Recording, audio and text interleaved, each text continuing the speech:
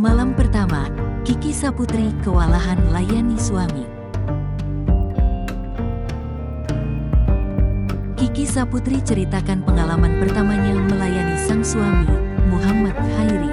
Seperti yang diketahui, Kiki Saputri menikah dengan Muhammad Khairi pada tanggal 28 Januari tahun 2023. Pasca resmi menjadi istri, Kiki Saputri menceritakan pengalaman malam pertamanya.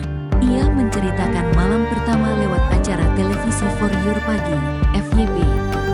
Saat itu Raffi Ahmad nampak menghubungi Kiki Saputri lewat video call.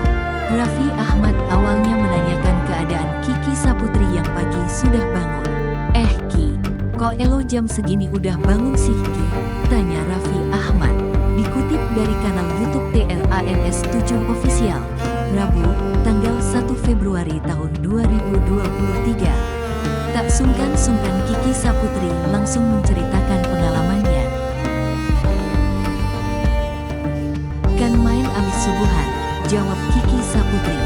Raffi Ahmad yang mendengar curhatan Kiki Saputri langsung shock. Wo, abis sholat subuh main gitu? Tanya Raffi lagi. Komika kondang ini mengatakan jika dirinya kewalahan untuk melayani suami di malam pertama. Aku dihajar bertubi-tubi tanpa perlawanan, ucap Kiki Saputri.